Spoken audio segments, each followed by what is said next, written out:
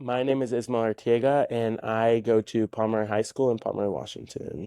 We had a guest speaker. His name was Jake White, and he's from Vive18, and he taught us a lot about like how to prevent using drugs and how to make fun activities without like promoting drugs or alcohol. Some success that we have had is I would say Red Ribbon Week because we make like a lot of different events that make people feel welcome and they give students a sense of belonging and we just have like karaoke night, pizza in the courthouse lawn. I think that we might be planning on going again. It just depends on like what the what the club leaders are thinking and if there's not any like major activities going on those days. I would say just like give it a shot, and if you like it, just continue going throughout your years in high school because it's a really fun experience. What makes Vive18 unique from other drug prevention groups is obviously we have Jake, and